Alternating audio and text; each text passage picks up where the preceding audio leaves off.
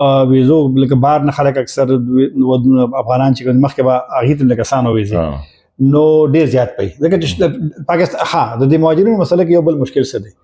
دا چې کوم د شمېر دی که نه ډیټا ده دا هېچا سره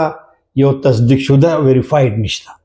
او دا ما د افغان څومره دي چې څومره دا ما د افغان کمشنر چې کوم مخکینی و عباس خان د اسلام آباد کې یو سیمینار ته لګیا و او پای کې دا خبره وکړه چې دا کوم اوس لکه کمشنر خبره کوي چې دا کوم راځي چې دومره دی ولکه دی یا تلکه دی سي نو دا ویریفاید ډیټا نه ده بلکې هغه خو چې دا مونږ په دې باندې خلک یو قسم دوکه ورکو نو ستا خبره درست ده دا ممکن نه چې اته لکه خو ټیک ځي سره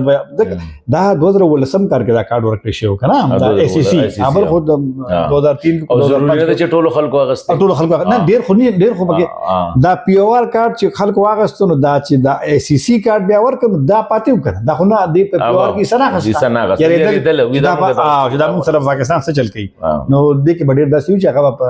داسې او اسیم کو طاهر خان سے وګور لګه چې مونږ کلو تلار شو